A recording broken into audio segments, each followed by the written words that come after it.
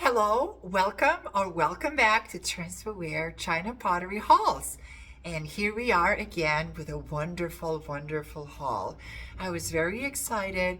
This was a trip to an a small antique mall slash consignment store down in the Cape, and I was thrilled with the amount of flow blue and transferware that this shop had.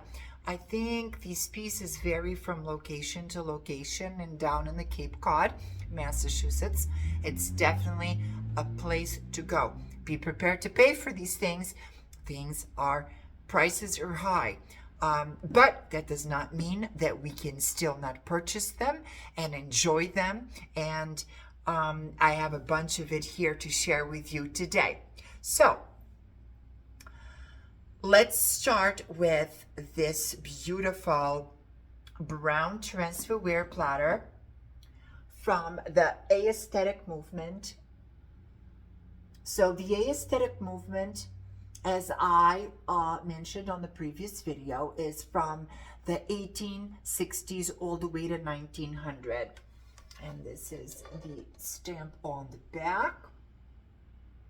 This one is probably a little closer to the 1890s because of the gold gilding on it.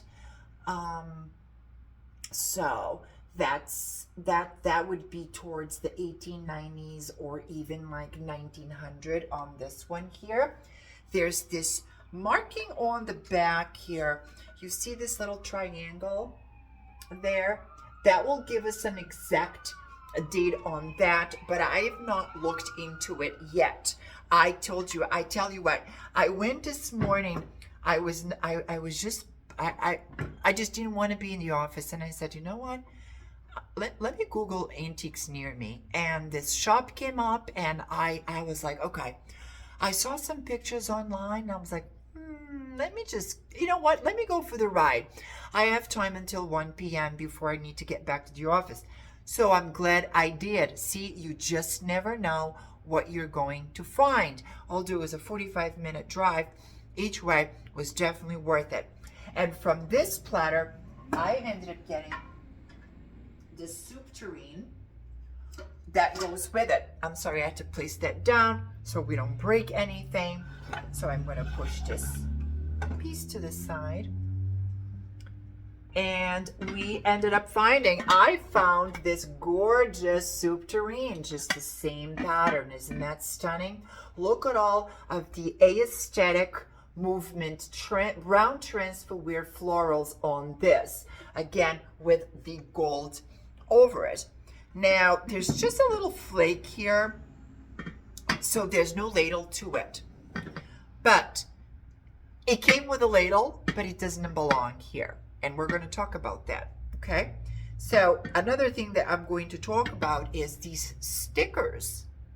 So these aggressive glues on the stickers are staining the glazes in the porcelain. Sometimes you're able to remove them, but a lot of the times it leaves a yellow shadow stain on the piece. So if a piece has a finial or handles, wrap a tag around it, knot it. That way no one can take it out. I understand a lot of dealers complain about people moving the tags, which is very unfortunate. But you can knot the tag around this and then just clip it with the scissors. These stickers are, can you hear that? These stickers are a nightmare on these items, and they will in actuality damage. Imagine you have a flawless piece, no chips, cracks, repairs, no crazing, in excellent condition, and then you flip it around and there's this huge square of a stain on it that you cannot get rid of. A lot of these glues will change the color of the porcelain in itself. So now, when it comes to the ladle that came with it, it was this beautiful brown transferware ladle, but it's a complete different pattern, okay? And the time of production is completely different than the platter itself. So what do they do? Well, they found a replacement ladle that once it's inserted in the tureen, you cannot tell that it doesn't belong. And that happens to a lot of collectors. And there you go. As you can see, now it's complete, right? And it displays wonderfully. So a lot of people are looking for ladles. If you find ladles, grab them. Grab them. They're very difficult to find. They were the first things to break, and people look for them. Even if they're a mix match, people want them. Of course, this piece would have had an underplate to it. It's not the platter I showed. That would have been too big for that. That's a serving platter. So the underplate would be obviously a rectangle, and the feet on the platter would sit right in that middle triangle, the concave part of the platter within itself. So this would have to have this would have had an underplate, but unfortunately we do not have it. Okay, now since we're on the brown transferware aesthetic movement, woohoo, I ended up finding in that same store this stunning tureen that has all 4 pieces to show you. I was very excited. I have shown a piece like this that I have here in the office. It's on eBay online, but it's polychromed, and I'm going to go grab it so I can show you that they're both the same pattern, but one is just brown transferware, the other is polychromed.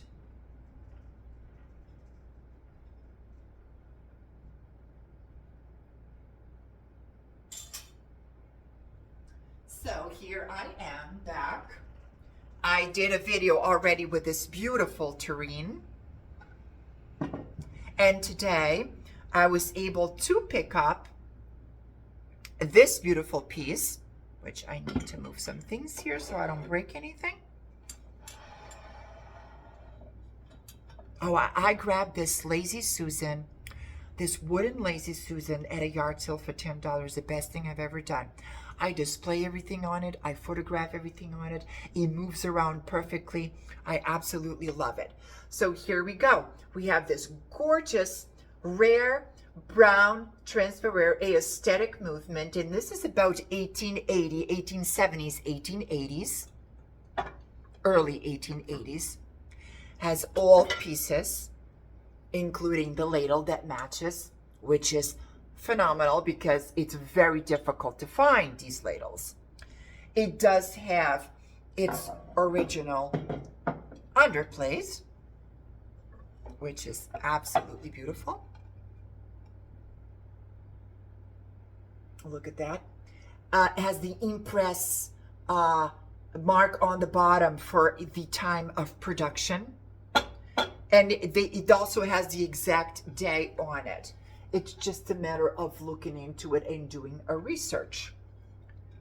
So now, let me see if I don't break any of this. Here, as you can see, it's the same exact pattern.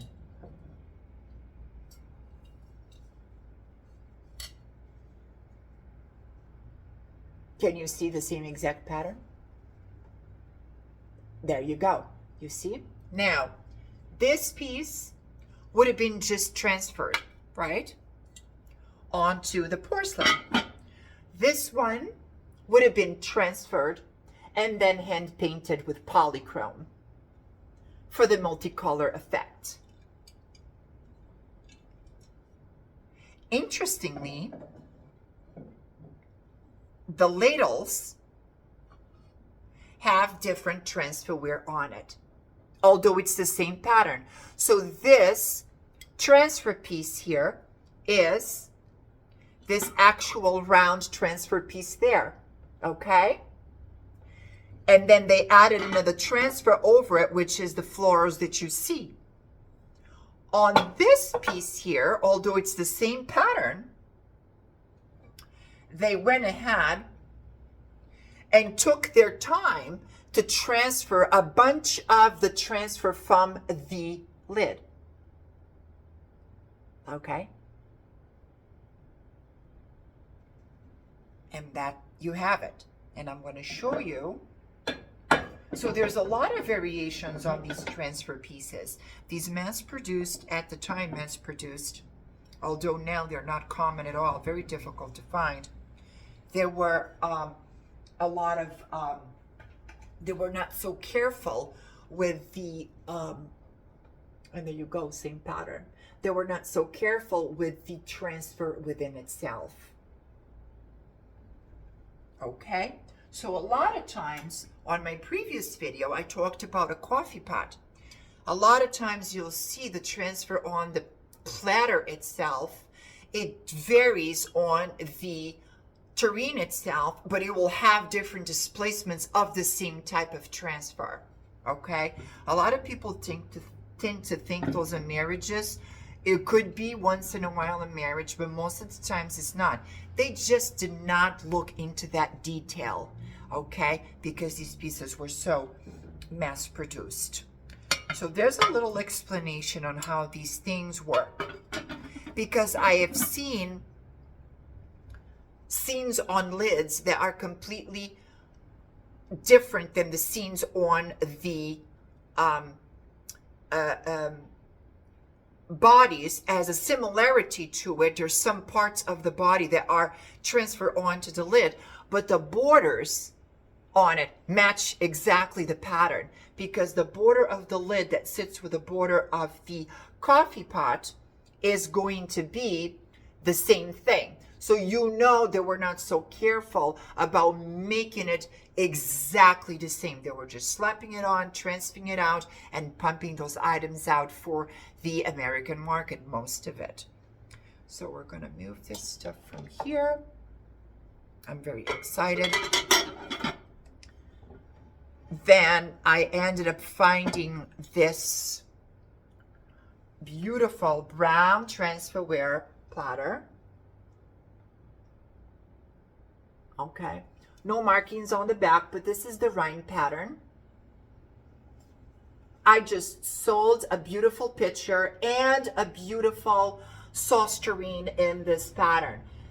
This pattern, it's been doing a big comeback lately. It's a thicker, an ironstone, a thicker, more rough transfer, but it's very desirable. I absolutely love it. Love it. And I like it more in the, believe it or not, I like it more in the brown than I do in the blue on this pattern. Now, let me show you the transfer imperfection right there. So they didn't take their time to make sure that the border was all seamless, okay? It was just put on and mass produced, okay? The reason why these items are very, very hard to find lately is because a lot of them are in collections, and unfortunately, a lot of them get broken. So since 1998, eBay has been in business, and since then, a lot of other sites have joined. Well, it's wonderful, the convenience, but what happens with all these online businesses is you have to ship these items out. And although, thank God for us, very rarely, very, very rarely, like in 20-something years, like once, two, three times things happen, because you're not the carrier, you cannot help it, okay? These items, although they're very well packed, if you slam the box on the ground, it's porcelain, it's going to shatter. So, and a lot of times some dealers also don't. Personally, I have to say that I've received some items very poorly packed. They didn't make it. So a lot of these pieces have now gotten broken. It's been over 26 years of these online businesses, and a lot of items have been broken and destroyed. So making these items even more rare.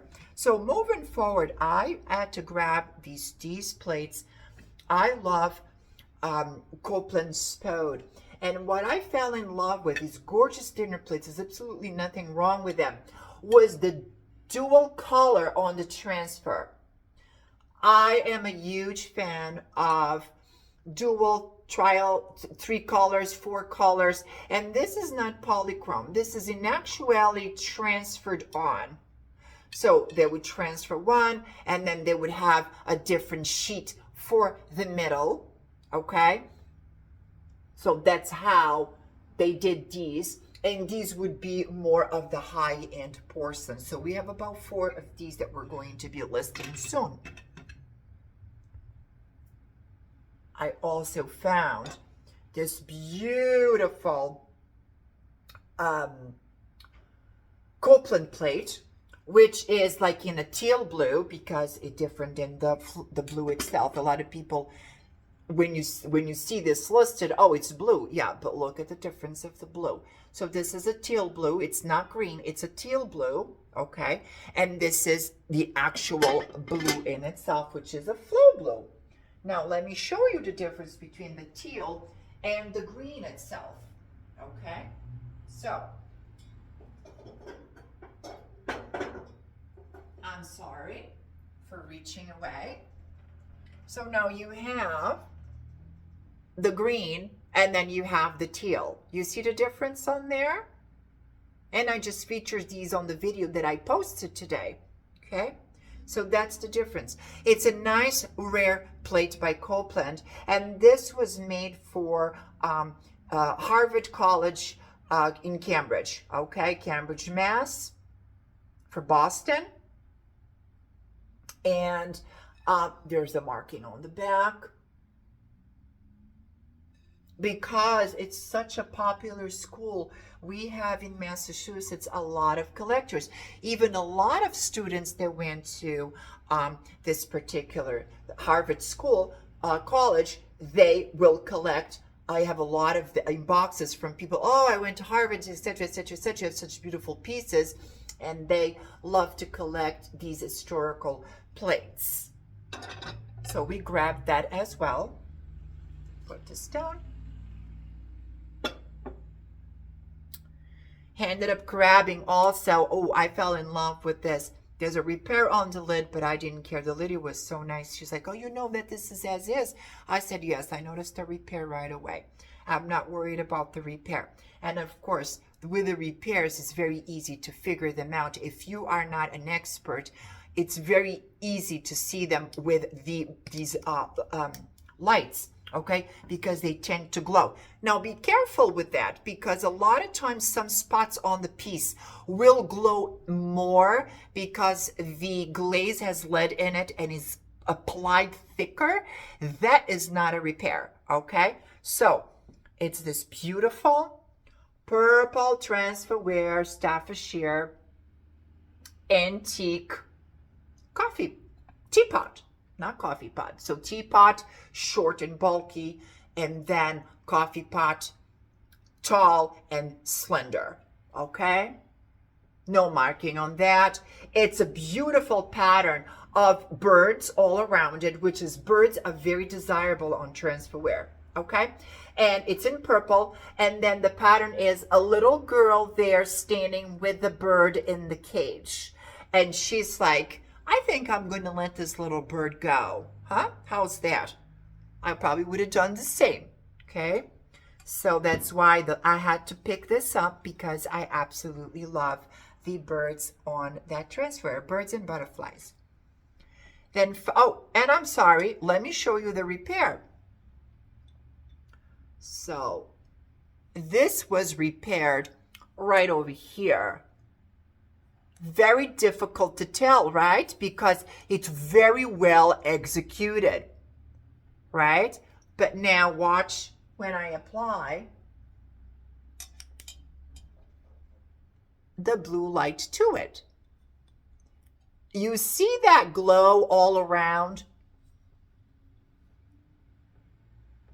I don't mean to blind you. Oh, very difficult to show, but right here, okay? You're going to see, you see that stain? See that dark stain? Right there. There we go. That dark stain, well, that's a repair, okay?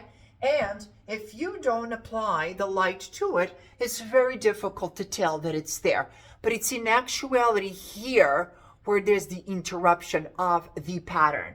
I can tell because I've been doing this for a long time. Does that repair bother me? No, it does not.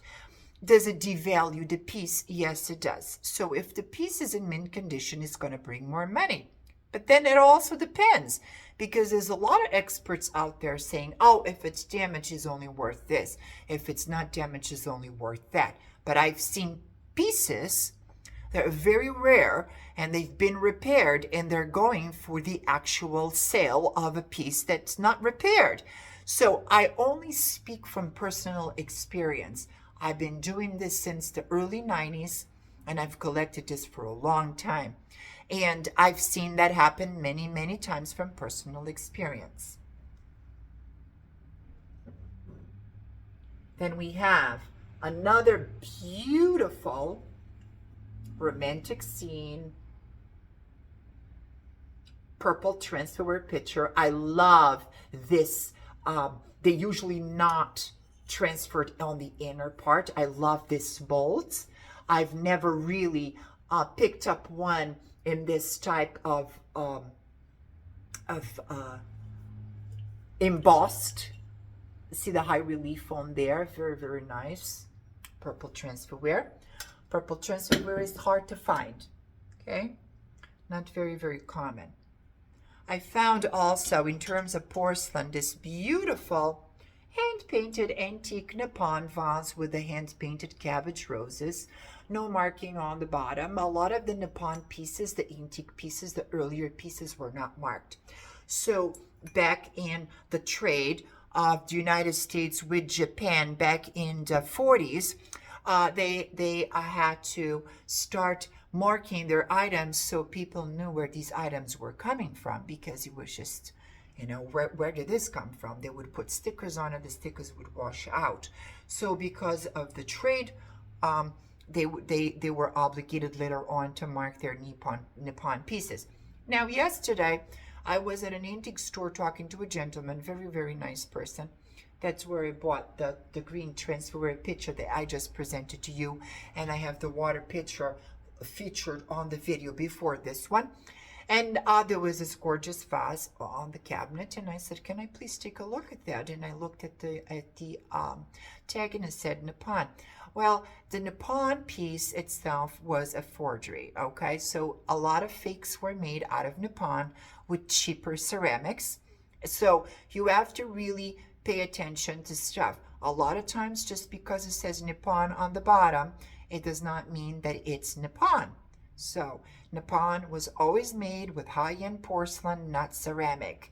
Now, there was a lot of Satsuma reproductions and Satsuma pieces from back in the late 1800s all the way to the 1980s. Satsuma's been producing pieces, those ginormous gold-gilded vases. So a lot of those companies made markings on the bottom of their pieces that said Nippon, but they were not from Nippon.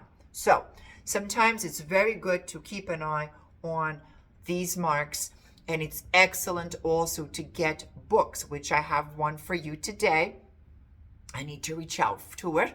And so I featured a Blue Willow book in the last video I posted today, which is November 3rd today, I believe. And I have another one for you. And I tell you, it's worth buying these books. Not for the value, because the values have changed since the market has become global with online services. It's because of the reference of the item, of the marking on the bottom. It's very important.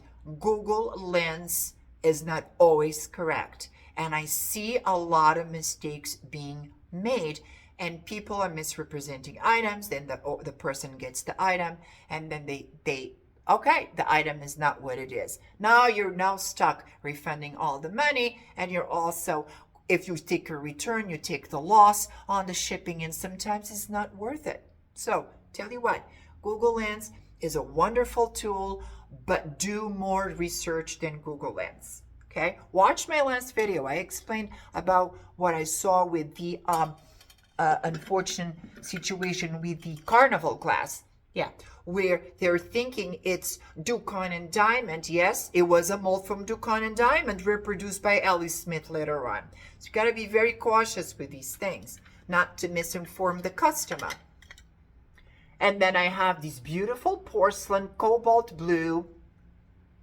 The florals are transferred. There's no markings on the bottom. These most likely were like Austrian or German. They're absolutely stunning. There's only 5 of them, but I think they're absolutely beautiful. I love the cobalt blue on that. Found this beautiful mulberry transferware plate. Okay, and this is a perfect example. This is the cotton plant pattern. I have a ginormous platter listed. I absolutely love this because it's polychromed.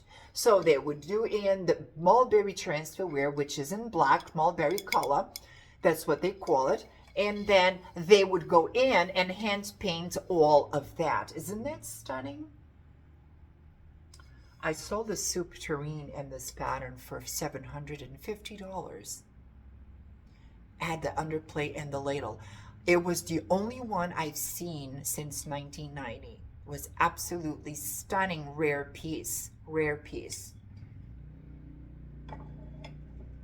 Then we go on to the blue and white and the flow blue. So I have this stunning flow blue, cobalt blue transferware covered dish tureen. And there's the marking on the bottom. Have quite a few pieces of this.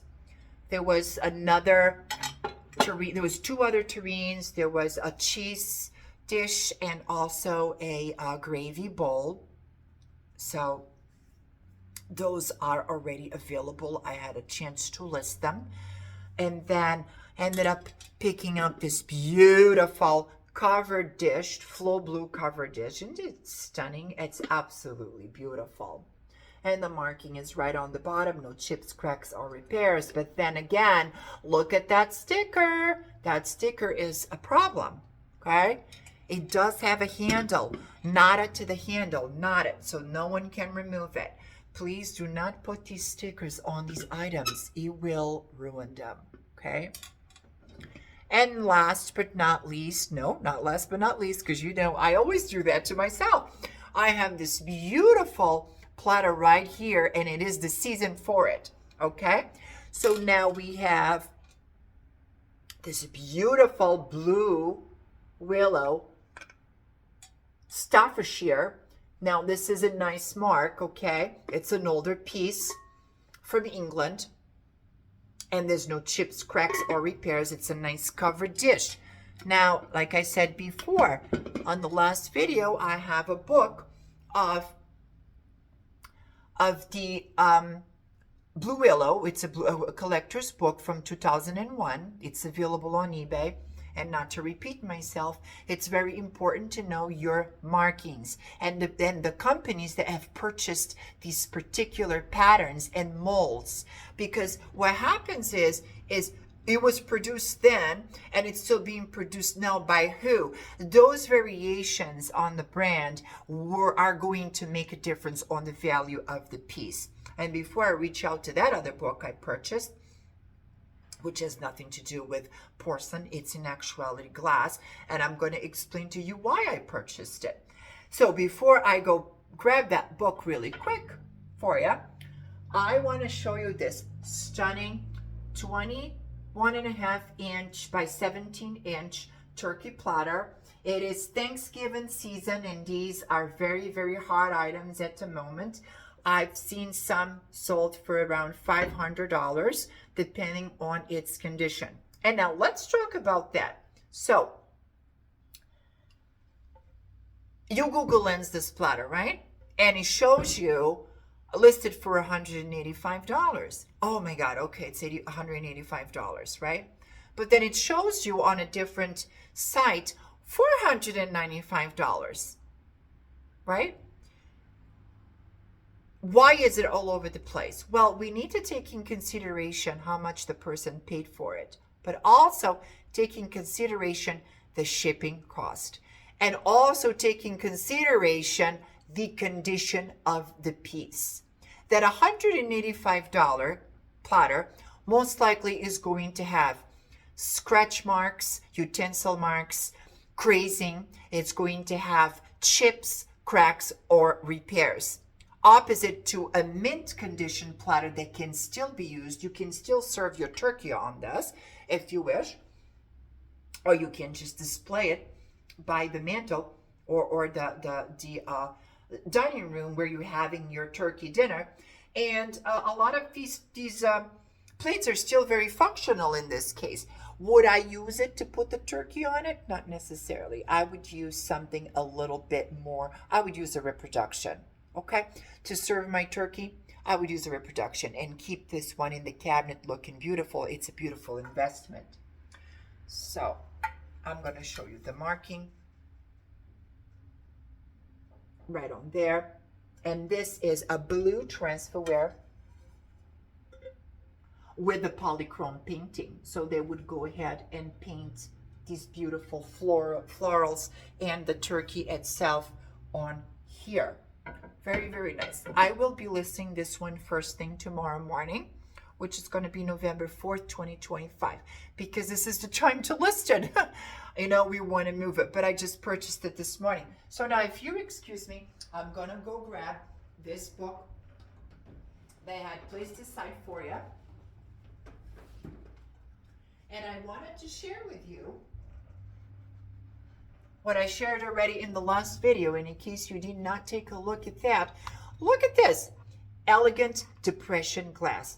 This is an absolutely beautiful hardcover book. I found this at an antique store for $5 because people are discarding of these precious pieces of information because they are so focused on the Google Lens. Well, the Google Lens is not going to give you the information that's in here. And I tell you that for a fact. I see mistakes after mistakes on dealers' booths in antique stores, one after the other. Because of that reason, everybody's going Google Lens happy, and it's creating a lot of misinformation. So, this is a book.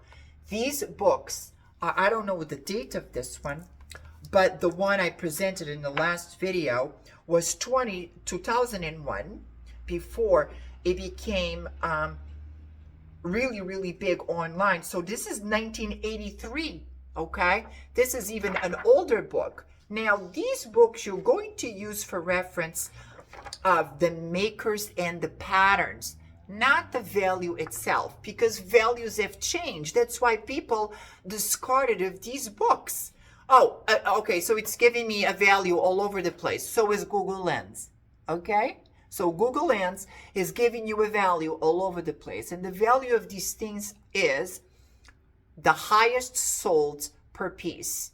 That's the value of the item, okay? We can no longer look at the book and say it's 300, you got to pay 300.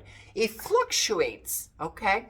So, but now when it comes to information, these old books are loaded with that, with accuracy. And this is why I end this video here. And I tell you, technology is a wonderful thing. I'm so grateful that we have it. I can have my online stores, and so can you, and we can share these ideas together through technology. It's fantastic. But sometimes it's okay to apply old-fashioned ways to things. If you want to educate yourself with accuracy, scoop up these wonderful books on these items. These vintage books are precious, okay? So thank you so much for joining me today, and I will see you soon. So long.